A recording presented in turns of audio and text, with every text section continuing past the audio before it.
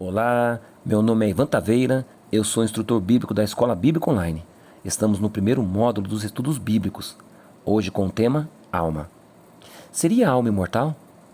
Esse é um tema muito importante nas Escrituras Sagradas, a ponto de Deus proibir o culto aos mortos. Olha só, gente, essa doutrina ela tem implicações. Deus ele proibiu o culto aos mortos.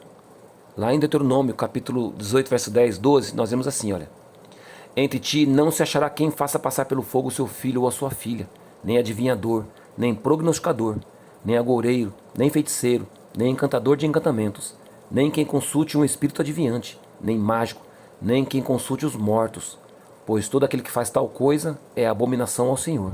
E por estas abominações o Senhor, teu Deus, as lança fora de diante de ti. Olha, gente, tem consequências a crença na imortalidade da alma, porque ela não é uma crença nova, ela é antiga.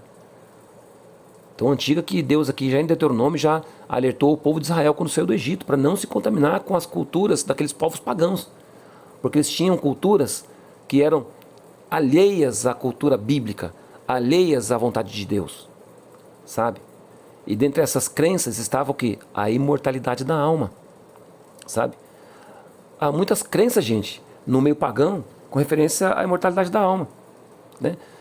Só que todas elas acabam se resumindo num só, né? Que é quando a pessoa morre, a alma imortal ela sai do corpo e ela se reencarna sucessivas vezes, né?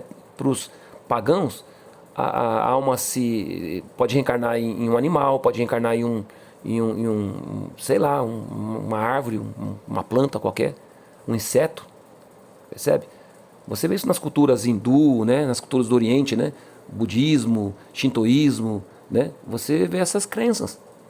Então vem do paganismo isso aí, né? Não é diferente, gente, também no espiritismo. O espiritismo que eles se dizem, né? Espíritas cristãos, né? O Evangelho segundo Allan Kardec, né? Eles acreditam na imortalidade da alma também. Qual que é a crença dos espíritas? De que a alma ela se reencarna sucessivas vezes para atingir o quê? Uma maturidade espiritual. Então a pessoa morreu, ela vai ser reencarnada novamente até ela amadurecer, até ela crescer espiritualmente e atingir plena perfeição, sabe? Atingir a luz. Aí eu pergunto para você, e o sacrifício de Cristo na cruz do Calvário? Serve de quê para eles? Porque se a palavra de Deus é clara em dizer que Cristo morreu para nos dar a vida, né? Para nos levar, né? À vida eterna, então eu não preciso de Cristo, porque eu vou reencarnando sucessivas vezes até atingir a espiritualidade perfeita. Você percebe, gente, o perigo dessas doutrinas? Isso é satânico, gente, isso é diabólico. E no meio cristão? No meio cristão também tem várias crenças. Por exemplo, os católicos acreditam que quando a pessoa morre, se ela for boazinha, ela vai para o céu. Se ela for má, ela vai para o inferno. Se ela for mais ou menos, ela vai para o purgatório. E aí, um parente pode pedir uma missa de sétimo dia lá, orar pelo defunto, que ele sai do purgatório e vai para o paraíso. Olha só, gente. Na Idade Média, eles pagavam fortunas para serem realizadas as missas de sétimo dia. Percebe? O que a Bíblia diz pra gente? Cabe ao homem morrer uma vez só, depois disso o juízo. Então não tem segunda chance. Então, sabe, gente, essa doutrina é diabólica porque faz com que as pessoas acreditem numa segunda chance.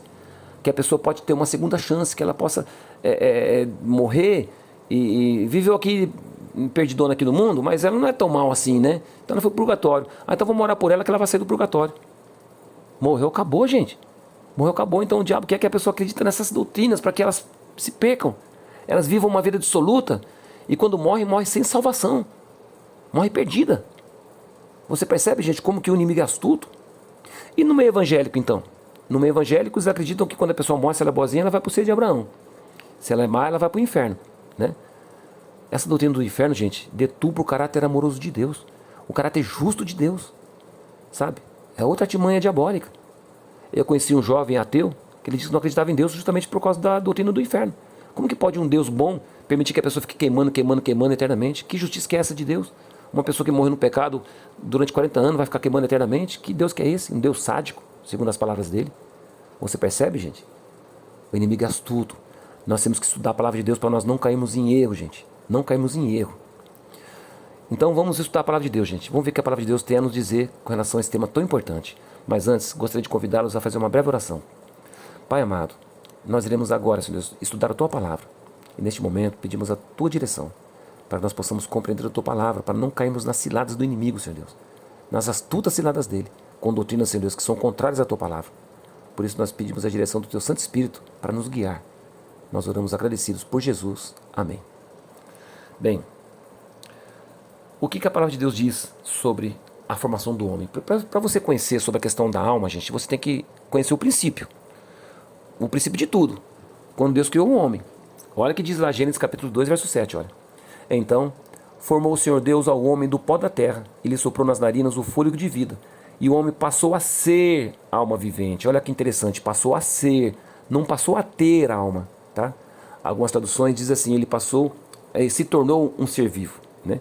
Se tornou um ser vivente, algumas traduções, né? Mas de fato, gente, diz que ele se tornou alma, não tem alma. O homem não tem, o homem é uma alma. É diferente ter e ser, tá? Então você percebe aqui que o homem passou a ser alma vivente. Bem, algumas pessoas imaginam que é um conto meio assim de boneco, né? Que Deus fez o bonequinho ali, né? De barro, né? E soprou no nariz do bonequinho. Bem, gente, de fato, quando Deus fez o homem com todos os seus componentes, né? Se você pegar uma célula do seu corpo e levar para o laboratório, você vai perceber que você tem ferro, cálcio, fósforo, manganês, potássio, zinco, tem tudo no seu corpo, tudo que tem na terra. Então, quando Deus fez o homem, gente, Deus pegou o cálcio, formou os ossos, Deus pegou os nutrientes, formou ali os músculos, né? Colocou os órgãos internos do homem, sabe? Cobriu de pele. Deus fez um defunto, o homem estava ali defunto, não estava perfeito. Tinha cérebro, tinha pulmão, tinha coração, tinha intestino, tinha tudo, mas estava morto, não tinha vida. Aí Deus então sopra nas narinas do homem o fôlego de vida, o ruá, né? Fôlego de vida. O homem passa a ser o quê? Alma vivente, ele passa a ser alma. Então, tem uma continha básica, matemática de Deus. Pó, que seria o homem, né? Pó, mais fôlego, é igual ao quê? Alma vivente. Percebe? Uma matemática simples e básica. Então, você fala assim, mas Ivan, quer dizer que o homem é formado do pó, e com o fôlego de Deus, então, ele passa a ser alma? Isso é o que a Bíblia diz pra gente. Simples assim. Simples assim. E esse conceito, gente, ele conceito de que nós somos uma alma, é um conceito bíblico. É um conceito bíblico. A palavra alma no hebraico é nefesh. No grego é psique. Olha só, até no grego você já tem uma percepção, né, de que tem a ver com psique. Tem a ver com pensamento, com eu falo, eu penso, eu ando, né? Você percebe? Então, alma no hebraico, gente, que significa nefesh, e no grego psique, significa ser, vida ou criatura. Etimologicamente, deriva do termo em latim ânimo ou anima, que significa o que anima. Sendo a vida de cada organismo não sendo eterna e nem separada do corpo. Exatamente pelo contrário. Não é nós somos uma alma, é holístico, nós somos holístico, tá? Nós temos corpo, alma, né? Espírito, que é o fôlego de Deus que está em nós, tá? Então, alma não é o mesmo que espírito, tá? No hebraico, espírito é ruá. Em grego significa pneuma. Olha que interessante, pneuma, né? Vem de pneu, né? Cheio de ar. Percebe, gente? Então, quando Deus fez o homem, Deus soprou o pneuma, o fôlego de vida, né?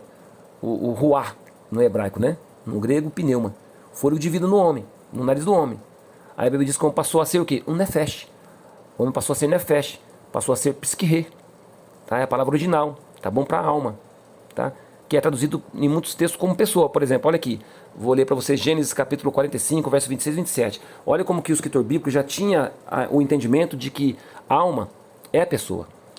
Olha que diz lá Gênesis 46, verso 26 e 27, olha. Todas as almas que vieram com Jacó ao Egito, que descenderam dele, fora as mulheres dos filhos de Jacó, todas foram 66 almas. E os filhos de José, que lhe nasceram no Egito, eram 2 almas. Todas as almas da casa de Jacó que vieram ao Egito foram 70. Percebe, gente? Então o autor bíblico já tinha no pensamento isso. Nós somos uma alma, de acordo com o que está em Gênesis. Tá? Nós somos uma alma. E esse conceito é reforçado. Lá em Êxodo capítulo 1, verso 5, diz assim, olha. Todas as almas, pois, que descenderam de Jacó foram 70 almas. José, porém, estava no Egito. Algumas traduções já foram corrigidas, né? Já colocaram todas as pessoas, pois, que descenderam de Jacó, foram 70 pessoas. Então, algumas já colocaram como pessoas. Mas a palavra original aqui é nefesh, tá? A palavra hebraica, nefesh, para alma, tá bom? Que significa pessoa. Olha lá Deuteronômio capítulo 10, verso 22, olha. Com 70 almas teus pais desceram ao Egito, E agora o Senhor teu Deus te pôs como as estrelas dos céus em multidão, né? Então com 70 nefesh, tá no hebraico, né? No grego com 70 psiquirê. Então com 70 pessoas, né? 70 almas, 70 pessoas, tá? E a pessoa fala assim, mas isso é só no Antigo Testamento, no Novo Testamento é diferente. Não. Olha lá em Atos dos Apóstolos, capítulo 7, verso 14, olha. E José mandou chamar a Jacó, seu pai, e a toda a sua parentela, que era de 75 almas. Percebe, gente? Você já nota que tem aqui o conceito de alma, que são pessoas? A Bíblia apresenta esse conceito, né? A Bíblia apresenta esse conceito. Mas de onde vem então o conceito da imortalidade da alma, né? Bem, gente, nós temos que voltar no princípio novamente, para você compreender isso. Deus havia dito para o homem lá em Gênesis capítulo 2, verso 17: Mas da árvore da ciência do bem e do mal, dela não comerás, porque no dia em que dela comeres, certamente morrerás. Olha só, a primeira vez que vem falando aqui a palavra morrerás. Então Deus é o autor da vida, agora ele diz que se o homem desobedecesse a ele, ele morreria. Agora, olha que interessante, gente. Quem diz que o homem não morreria? Quem disse que o homem que teria uma eternidade que o homem não morreria? A serpente, gente. Olha o que disse a serpente lá em Gênesis capítulo 3, verso 4. Então a serpente disse à mulher: certamente não morrereis. Em quem você acredita? Em Deus ou na serpente? Pois é. O que aconteceu com Adão, gente, depois do pecado?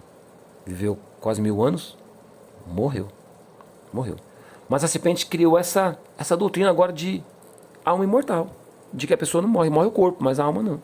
Então, o que a Bíblia diz sobre isso? Nós estamos já vendo textos bíblicos que já apontam que não é assim, né?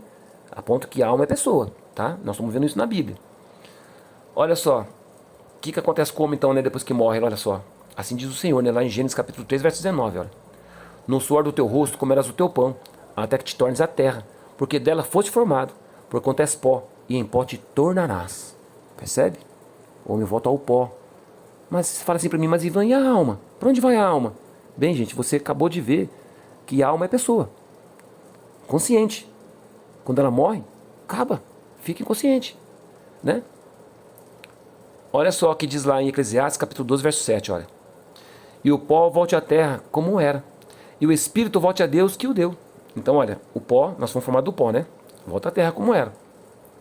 E o ruá, né? O pneuma, volta a Deus que o deu. Deus deu fôlego para o homem, não deu? Então, volta. A alma volta para Deus? Não. Não tem alma que volta para Deus coisa nenhuma. A Bíblia não apresenta alma nenhuma voltando. Então, onde vai a alma? Bom, gente, olha só. Nós vimos lá naquela matemática da criação do homem, né? Que o pó mais o fôlego é igual a alma. Então, alma menos fôlego, gente, é igual a pó. A Bíblia apresenta isso. Uma matemática simples. Volta ao pó. Sabe? Aí tem gente que insiste em dizer ainda, mas Ivan, nós não temos alguma coisa que é pensativa, nosso pensamento acaba por ali, não vai para algum lugar? Bem, gente, eu queria dar um exemplo para você da lâmpada. Olha só, a lâmpada ela tem todos os componentes dela, né? Ela está apagada. Quando a corrente elétrica passa por ela, ela acende. Quando é cortada a corrente, para onde vai a luz? Né? Para onde vai a luz? Olha que diz Eclesiastes capítulo 2, verso 7, olha. E o pó volte à terra, como era. E o espírito volte a Deus que o deu. Então esse espírito aqui é o ruá, é o fôlego. Tá? Então, a alma, gente, é um ser vivo. Que quando ele morre, apaga. Como a lâmpada. Apaga. A luz vai para onde? Já apagou. Apagou, tá? Desconectou do fôlego de vida. O fôlego de vida foi tirado, o homem acabou. Apaga. É isso. Mas Ivan, vamos supor que você ainda não está acreditando, tá? Você está acreditando que nós temos uma alma ainda, mas vamos continuar. Vamos continuar. Olha só. A Bíblia é clara em dizer que quando a pessoa morre, ela não tem mais consciência de nada. De nada. Ela apaga. Olha o que diz Eclesiastes capítulo 9, versos 5, 6 e 10, olha. Porque os vivos sabem que hão de morrer, mas os mortos não sabem coisa nenhuma. Nem tampouco eles têm jamais recompensa. Mas a sua memória ficou entregue ao esquecimento. Até o seu amor, o seu ódio e a sua inveja já pereceram e já não tem parte alguma neste século, em coisa alguma do que se faz debaixo do sol.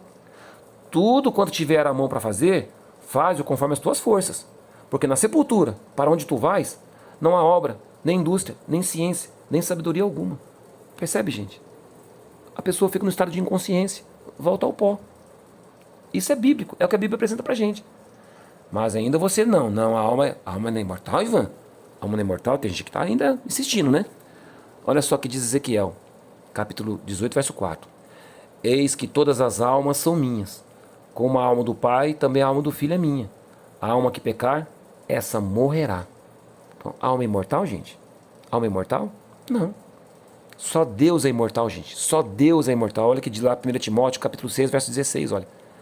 Aquele que tem, ele só, a imortalidade e habita na luz inacessível, a quem nenhum dos homens viu, nem pode ver, ao qual seja honra e poder sempre eterno. Amém.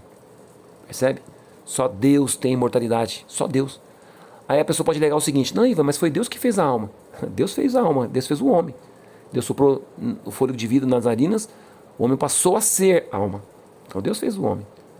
E a alma é mortal. Ah, Ivan, então você está falando do corpo. O corpo morre. A alma é o corpo. Não, a alma não é o corpo. A alma é a junção do fôlego de vida de Deus com o corpo. Nós somos uma alma. Percebe? É claro isso na Bíblia, gente. Não tem, assim, é simples. Eu acho que é porque é tão simples, sabe? As pessoas parecem que não acreditam, porque é muito simples demais. É muito fácil, né? É muito simples, então as pessoas parecem que não conseguem entender. De tão simples que é, a pessoa não consegue entender. Olha só, gente. A Bíblia apresenta a morte como um estado de inconsciência. Olha só o que diz lá 1 Reis, capítulo 2, verso 10, olha. E Davi dormiu com seus pais e foi sepultado na cidade de Davi. Dormiu, sabe? Dormiu, apagou, descansou, né? Salmo 115, verso 17, olha. Os mortos não louvam ao Senhor, nem os que descem ao silêncio. Percebe, gente? O salmista já também declarou, olha, os mortos não têm consciência, não louvam ao Senhor. Olha lá, Salmo 6, verso 5, olha. Porque na morte não há lembrança de ti. No sepulcro, quem te louvará? Aí você diz assim para mim, mas esse é um conceito do Antigo Testamento. A verdade, ela é progressiva. Então, no Antigo Testamento, eles não sabiam que nós tínhamos uma alma. Então, eles acreditavam nisso. Gente, o Antigo Testamento é a origem de tudo. Nós não podemos duvidar da origem, gente. Não podemos duvidar da origem. Então, vamos lá para o Novo Testamento, então. Será que no Novo Testamento tem a crença diferente do Antigo Testamento? Olha o que Jesus disse, gente. Lá em João capítulo 11, do 11 ao 14, olha. Assim falou e depois disso lhe disse: Lázaro, nosso amigo, dorme, mas vou despertá-lo do sono. Disseram, pois, os seus discípulos: Senhor, se dorme, estará salvo. Mas Jesus dizia isso da sua morte. Eles, porém, cuidavam que falava do repouso do sono.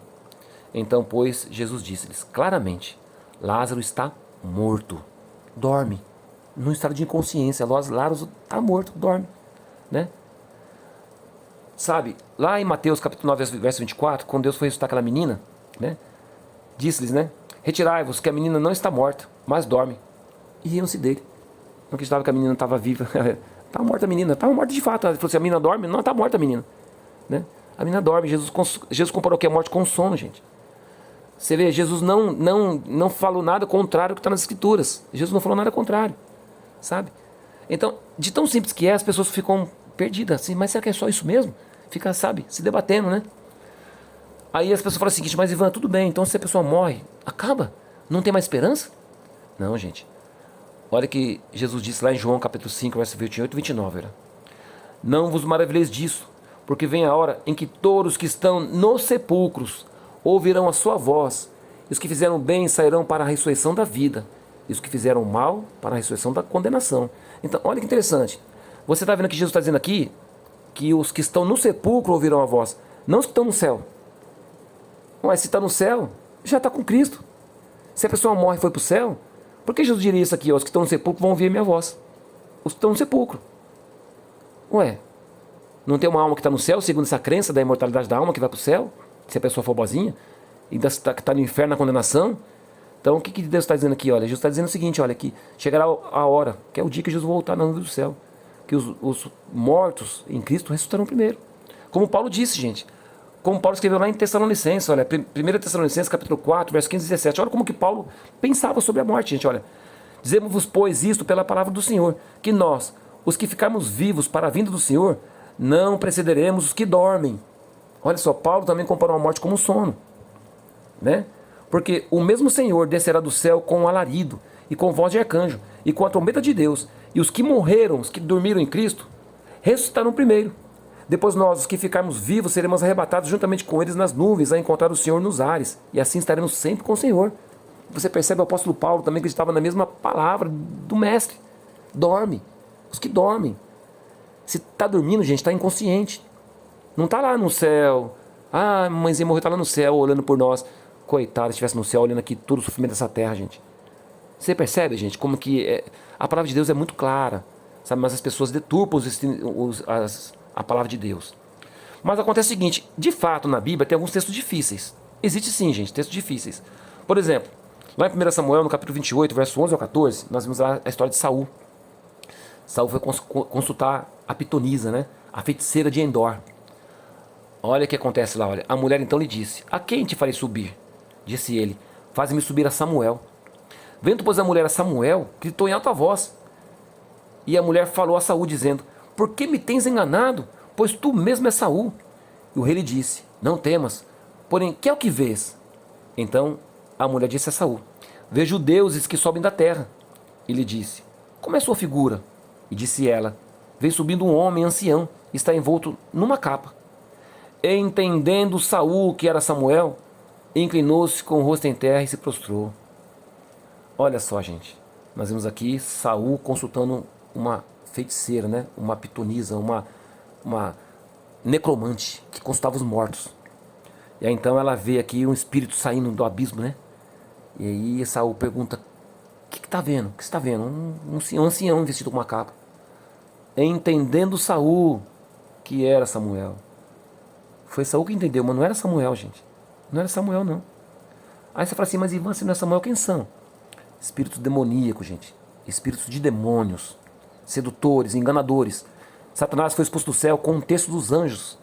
E ele veio para a terra com esses espíritos demoníacos que se passam por pessoas para seduzir e enganar as pessoas. Eu vou contar um exemplo para você de um fato real que aconteceu com uma irmã nossa nos Estados Unidos.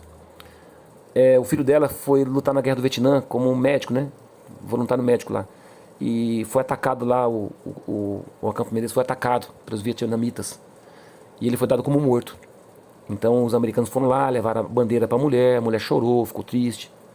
Em determinado dia, chega um pessoal espírita na casa dessa mulher, pedindo para que ela vá no centro espírita, porque o filho dela estava querendo falar com ela. E ela disse: não, eu sou cristã, eu não acredito nessas coisas não. Mas o pessoal insistiu: olha, senhora, a gente não quer que a senhora acredite, a gente está querendo que a senhora vá lá porque o seu filho está dando trabalho para a gente quer descanso, a gente quer que ele nos deixe em paz. A mulher pegou e topou. E foi. Quando chegou lá, gente, apareceu lá o suposto filho dela, né? Falando coisas que só ela e o filho sabia. Coisas que jamais aquelas pessoas que ela nem sequer conhecia poderiam imaginar. Então ela chegou pro pastor e falou: pastor, você me enganou, pastor. Eu conversei com meu filho morreu e eu conversei com meu filho. E ela abandonou a igreja, gente. Até que, passado um bom tempo, toca a campainha na casa dela. Ela abre a porta. Com quem ela se depara? Com o filho vivo. O filho foi dado como morto, mas ele foi ferido em batalha lá, foi ferido. E os Vietcongs lá levaram ele para as aldeias lá, escondido dos vietnamitas. E cuidar das feridas dele. Demorou bastante tempo para se curar e tudo mais. Depois, para ele conseguir sair daquele local, foi uma luta danada. Ele conseguiu então fugir. E conseguiu chegar na base militar americana. E de lá então levaram ele para casa. E a mulher se deparou com um filho vivo. Percebe, gente? Se você olha na televisão alguém falando com voz de um personagem conhecido, parece que o homem imita igualzinho. Se você fechar os olhos, parece que está falando aquele personagem, quando de fato é um homem que está imitando a voz. Se os homens são capazes de imitar a voz de uma pessoa idêntica, quanto mais os demônios, gente, quanto mais os anjos caídos. Percebe? Então, nesse texto aqui, Ivan, então você fala assim para mim: Ivan, quem que foi que apareceu então para Saul aqui? Foi Samuel? Bem, gente, a chave está nesse versículo aqui, olha. 1 Samuel capítulo 18, verso 14, olha. Ele diz: como é a sua figura? Disse ela: vem subindo um homem ancião, está envolto numa capa. Entendendo Saul que era Samuel, inclinou-se com o rosto em terra e se prostrou. Saul que entendeu. Não foi que a Bíblia diz, a Bíblia não afirmou que era. Saul que entendeu que era Samuel, sabe? E aí aquele demônio se personificou em Samuel, né? E qual foi a consequência de Saul por causa dessa desobediência a Deus, gente? Lá em 1 Crônicas, capítulo 10, verso 13 e 14, diz assim: assim morreu Saul por causa da sua transgressão, com que transgrediu contra o Senhor, por causa da palavra do Senhor, a qual não havia guardado, e também porque buscou a adivinhadora para a consultar, e não buscou o Senhor, pelo que o matou e transferiu o reino a Davi, filho de Jessé. Se Saul tivesse falado com Samuel, o profeta, Deus ficaria tão desagradado assim, né? Você percebe, gente? Foi um demônio que apareceu ali. Saul que entendeu que era Samuel, quando de fato era um demônio, tá? Então fique bem claro para você isso. Mas tem mais textos difíceis. Por exemplo, esse aqui, olha, Lucas capítulo 16, do verso 22 em diante, né, olha. E aconteceu que o mendigo morreu e foi levado pelos anjos para o seio de Abraão. E morreu também um rico e foi sepultado. E no Hades ergueu os olhos, estando em tormentos, e viu ao longe Abraão e Lázaro no seu seio. E clamando disse: Abraão, meu pai, tem misericórdia de mim, e manda Lázaro que molhe na água a ponta do seu dedo e me refresque a língua, porque estou atormentado nesta chama. E aí, né, nos outros versículos diz assim: E disse ele: Rogo-te, pois, ó pai, que o mandes à casa de meu pai. Então o Abraão falou para o rico, né, olha, não tem como, nós estamos aqui longe de você, no abismo, separa a gente aqui. E outra, você quando estava vivo, você se regalava, e Lázaro estava sofrendo. Agora é o contrário, agora Lázaro que está se deleitando e você está aí sofrendo, né? E então disse o rico, né, rogo-te, pois, ó pai, que o mandes à casa de meu pai, pois tenho 5 irmãos, para que lhes dê testemunho, a fim que não venham também para este lugar de tormento. Disse-lhe Abraão: eles têm Moisés e os profetas, ouçam-nos. E disse ele: não, Abraão, meu pai, mas se alguém dos mortos fosse ter com eles, arrepender-se-iam. Porém Abraão lhe disse: se não houve a Moisés e aos profetas, tampouco acreditarão, ainda que algum dos mortos ressuscite. Percebe? Então, olha só, o rico e o Lázaro, né? Essa parábola aqui que Jesus contou. Gente, isso é uma parábola. É uma parábola, ela não é literal. Tem gente que leva ela literalmente. Como que nós percebemos que é uma parábola? Por quê? Porque a própria linguagem já diz tudo, né? Lá diz que o rico morreu, o Lázaro morreu, foi sepultado, né? O Lázaro morreu, os anjos levaram ele, né? O rico morreu, foi sepultado. Então foi sepultado. Quer dizer, morreu o corpo e ele foi sepultado. Eu pergunto para você, o corpo vai para o inferno, o corpo inteiro? Porque lá ele estava com sede. A alma tem corpo, a alma sente sede, a alma tem molha a ponta da língua, a alma tem língua. Você percebe que é uma parábola.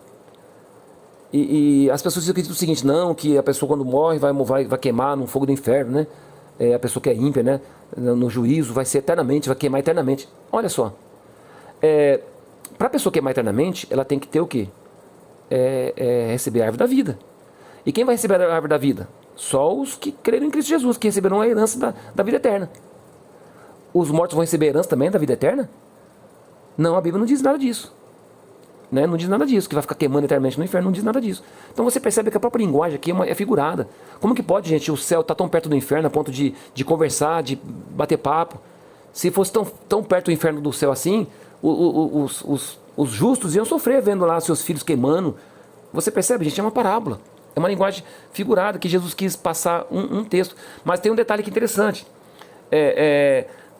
Na cultura judaica desse tempo aqui de Jesus aqui, né, já tinha, a cultura grega já estava influenciando muito os judeus. Você percebe que até os saduceus não acreditavam mais na ressurreição. Né? Os saduceus não acreditavam mais na ressurreição. E tem um detalhe importante, quando Paulo foi pregar lá em Atenas, né, nos gregos ali, lá no Areópago grego, né, os atenienses riram de Paulo quando falou da ressurreição. Porque os gregos não acreditavam na ressurreição, gente. Os gregos acreditavam que quando a pessoa morria, a alma dela ia para um lugar bacana, que o corpo é ruim, o corpo vai para o pó mesmo, se desfaz e acaba por ali. Mas a alma não, a alma vai para um lugar, vai para o Hades, né? O Hades era um deus grego, um deus pagão grego, né? Que cuida lá do inferno, né? De onde que vai. E ali, segundo a Divina Comédia de Dante, né? Tem várias camadas do inferno, né? As pessoas melhorzinhas vai lá pro paraíso ali, fica ali de boa, né? Gozando dos prazeres, né? Tendo virgens, né? Você vê que até o Islã acredita nisso, né? O Islã acredita que quando a pessoa morre, vai lá para um paraíso lá e tem 70 virgens para cada um lá, né? Então você vê, né, os Montes Elíseos, né? Essa crença grega, tá? Que influenciou o judaísmo naquela época. Então Jesus pegou aquela crença pagã deles ali, aquela crença que estava ali, para mostrar uma verdade. Olha só, morreu, acabou. Não tem segunda chance. Não tem segunda chance. Se você está vivo, creia nos profetas. Creia no que está escrito na palavra de Deus, no escrito na lei de Deus, né? No escrito de Moisés, está ali, como testemunha para eles, para acreditarem em Deus. Você vê que Saul não deu valor nas escrituras sagradas, no que Deus havia dito por intermédio de Moisés. Saul não respeitou, ele foi morto. Então você percebe, aqui está dando ênfase, gente, nas escrituras sagradas, né? Olha que diz aqui, né? Olha, no Areópago grego, né, os atenienses escutaram Paulo até ele mencionar a ressurreição, Atos capítulo 17, verso 32, né? De fato, os gentios, coríntios e tessalonicenses também não concebiam a ressurreição. Não concebiam, eles não acreditavam, né? E até os próprios judeus, saduceus, não criam nessa verdade, né? Você vai ver isso lá em 1 Coríntios capítulo 15, verso 20 a 58, 1 Tessalonicenses capítulo 4, do 15 a 18, né? Mateus 22, verso 23 até o 33, Atos capítulo 23, verso 8. Então, qual que era o objetivo de Jesus nessa parábola, gente?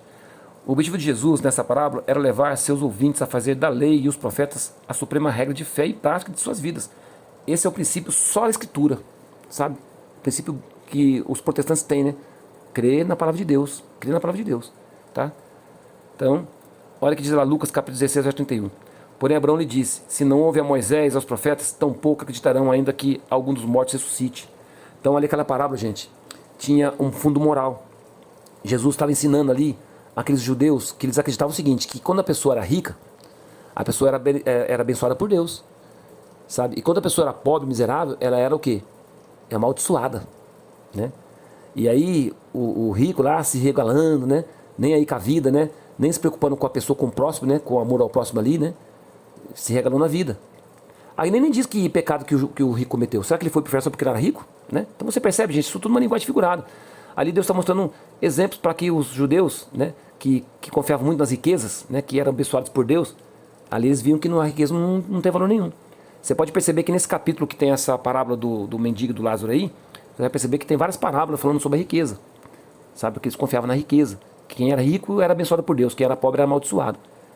Percebe, gente? Então é isso aí, tá? Essa aí é a parábola do rico e do Lázaro, é uma parábola, não é literal. As pessoas que levam na literalidade, então quer dizer que o inferno fica pertinho, que a gente pode conversar com quem está no inferno queimando. Eu vou dar uma voltinha no céu. Jesus, eu vou te dar uma passadinha ali, eu quero ver meu filho está queimando no inferno lá, meu filho não foi salvo. Eu vou conversar com ele lá no inferno, ele está sofrendo um pouquinho, vou ver se consigo molhar a língua dele com um pouquinho de água. Será que é assim, gente? Você percebe, gente? Você percebe que é uma linguagem figurada, tá bom? Outros textos difíceis, né? Vamos lá para Apocalipse capítulo 6, verso 9 a 11, olha. E havendo aberto o quinto selo, vi debaixo do altar as almas dos que foram mortos por amor da palavra de Deus e por amor do testemunho que deram. E clamavam com grande voz, dizendo, até quando, ó verdadeiro e santo dominador, não julgas e vingas o nosso sangue dos que habitam sobre a terra? E a cada um foi dado uma comprida veste branca, e foi-lhes dito que repousassem ainda um pouco de tempo, até que também se completasse o número dos seus conservos e seus irmãos, que haviam de ser mortos como eles foram. Bem, gente, Apocalipse é uma linguagem também figurada, tá? Apocalipse é cheio de símbolos, né? As almas debaixo do altar. Esse altar é tão grande que todas as almas que morreram estão lá, né? Que esses que morreram foram da tribulação, né? Eles clamavam, Senhor, até quando?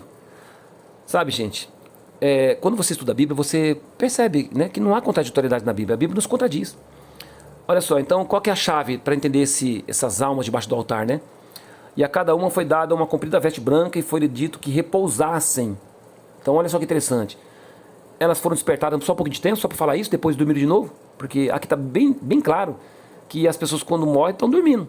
Então, quando eles repousassem, né, para que eles repousassem mais um pouco. Então, será que Deus acordou elas ali debaixo do altar? Ó, filho, acorda aí, pouquinho, só para você falar isso aqui, agora você vai repousar de novo, tá? Vou dar uma veste branca para você repousar de novo. Você percebe, gente, é uma linguagem figurada, tá? Da mesma maneira, lá em Gênesis capítulo 4, verso 10, lá diz assim, né? Disse Deus, que fizeste? A voz do sangue do teu irmão clama a mim desde a terra. Então, quando Caim matou Abel, né? Para onde foi Abel, gente? Abel foi para o de Abraão, porque Abel era justo. Não existia Abraão ainda. O parede era ele do lado. Ele foi para debaixo do altar, né? Repousou todo esse tempo até chegar no Apocalipse aqui e acordar, né? Você percebe, gente? Então, você vê que sangue não fala, mas é uma linguagem figurada, gente. A Bíblia tem muito disso, a Bíblia tem muito esses aspectos de linguagem figurada, sangue falando, né? Árvore, então, árvore falando, tem muitos aspectos, sabe? A Bíblia tem muitos aspectos que são linguagens figuradas, que nós temos que entender isso, para a gente não cair em erro, tá bom? Então, almas não estão dormindo, gente, estão mortas, são pessoas que morreram, tá? Então, essas almas debaixo do altar aqui é apenas uma linguagem figurada. Das pessoas que ainda pode ser, né? Cadê a justiça? Deus está demorando a justiça se cumprir. Não, Deus diz, vai se cumprir a justiça. Vai se cumprir a justiça de Deus, né? Vai ser justo, Deus é justo e a justiça vai se cumprir. Mas, ó, descansa por um pouquinho, não é o tempo ainda não. Tá, dorme mais um pouco, tá vendo, gente? Dorme mais um pouco, porque dorme, tá inconsciente. A alma tá inconsciente, tá bom? Outro texto difícil, gente, lá em Lucas capítulo 23, 39 e 43, olha. E um dos malfeitores que estavam pendurados blasfemava dele, dizendo, se tu és o Cristo, salva-te a ti mesmo e a nós. Respondendo, porém, o outro, repreendia-o, dizendo, tu nem ainda temes a Deus, estando na mesma condenação? E nós, na verdade, com justiça, porque recebemos o que os nossos feitos mereciam, mas este nenhum mal fez. E disse a Jesus, Senhor, lembra-te de mim quando entrares no teu reino. E disse-lhe Jesus: em verdade te digo que hoje estarás comigo no paraíso. Aí, pronto, Ivan, acabou o assunto. O ladrão morreu e foi para o paraíso com Deus. Ah, será que é tão simples assim, gente? Vamos ver o que a palavra de Deus diz pra gente? Olha só, o ladrão na cruz, né? Em verdade te digo que hoje estarás comigo no paraíso. Será que ele foi para o paraíso com Jesus naquele dia? Olha que lá João capítulo 20, verso 17, diz quando Jesus ressuscitou, né? Maria foi lá no sepulcro de manhãzinha para embalsamar Jesus. E quando ela viu Jesus, ela reconheceu Jesus, ela disse: Rabone! Ela correu para abraçar ele. O que Jesus disse para Maria Madalena? Disse-lhe Jesus: não me detenhas, porque ainda não subi para o meu Pai. Mas vai para meus irmãos e diz-lhes que eu subo para o meu Pai e vosso Pai, meu Deus e vosso Deus. Olha, o próprio Jesus disse: eu não fui para o céu. Mas como que ele disse lá para o ladrão que estarás comigo hoje no paraíso? Onde que é o paraíso? Não é no céu?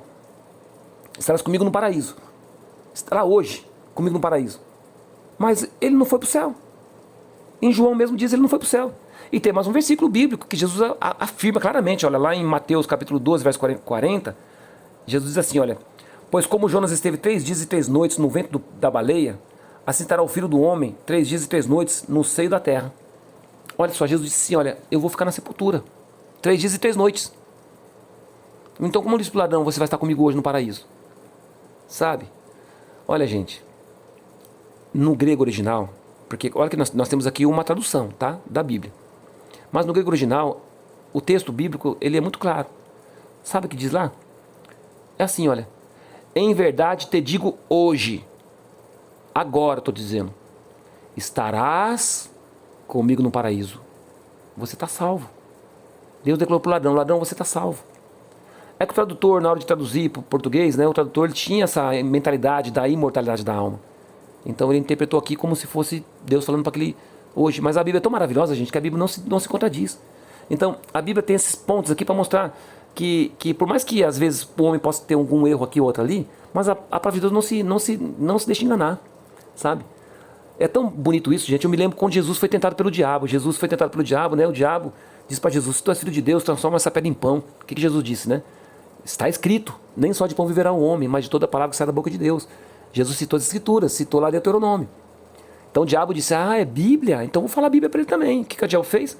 Levou Jesus para um lugar alto e disse: pula daqui para baixo, porque está escrito: aos teus anjos dará ordem a teu respeito. Olha só, Satanás citou Salmo 91 para Jesus, né? O diabo também conhece a Bíblia, gente. Ele deturpa as Bíblias. Mas o que Jesus disse? Também está escrito: não tentarás o Senhor teu Deus. Olha, Jesus deu uma dica pra gente tão bacana. Vai no também está escrito. Quando você vê uma coisa que não está assim bem se encaixando, você vai no também está escrito, porque você vai ver que vai se encaixar. Você vai ver que algum pequeno erro vai ser dissipado. Alguma má compreensão vai ser dissipada quando você pega um pouco aqui, um pouco ali, que nem Jesus ensinou. Tá? Então é isso, gente. Como que o ladrão poderia estar no paraíso se Jesus mesmo não foi? Ele já declarou que não foi. Então, o que Jesus disse para o ladrão? Em verdade te digo hoje, estarás comigo no paraíso no futuro. Percebe? É isso que Jesus disse, tá bom? Vamos lá, o texto difícil aqui, olha. Filipenses capítulo 1, verso 21 e 24, olha. Porque para mim o viver é Cristo e o morrer é ganho. Mas se o viver na carne me dê fruto de minha obra, não sei então o que devo escolher. Mas de ambos os lados estou em aperto, tendo desejo de partir e estar com Cristo, porque isto é ainda muito melhor. Mas julgo mais necessário, por amor de vós, ficar na carne. Então tem gente que fala assim, tá vendo? O apóstolo Paulo disse assim, olha, eu quero partir e estar com Cristo. Então, ele vai morrer e vai estar com Jesus naquele mesmo tempo. Essa é a crença dessas pessoas que acreditam na imortalidade da alma e pega esse texto aqui e diz o que o texto não diz. O que o texto está dizendo aqui? Paulo tem desejo de morrer, porque para ele viver é Cristo, morrer é Cristo. Se ele morrer, gente, ele está com Cristo, ele morreu na fé. E com relação a estar com Cristo mesmo fisicamente, o que Paulo diz? Paulo acreditava, gente, na ressurreição. Olha só, né, Filipenses capítulo 1, verso 23. Mas de ambos os lados estou em aperto, tendo desejo de partir e estar com Cristo, porque está ainda melhor, muito melhor. Então será que Paulo queria estar com Cristo naquele momento? Não, gente, olha o que Paulo diz, né? Paulo que acreditava, gente, que nós dormimos, né? Olha o que Paulo diz lá em 1 Coríntios capítulo 15, verso 51 e 52, olha. Eis aqui vos digo um mistério. Na verdade, nem todos dormiremos, mas todos seremos transformados num momento, num abrir e fechar de olhos, ante a última trombeta, porque a trombeta soará, e os mortos ressuscitarão incorruptíveis, e nós seremos transformados. Então Paulo acreditava que estaria vivo com Cristo.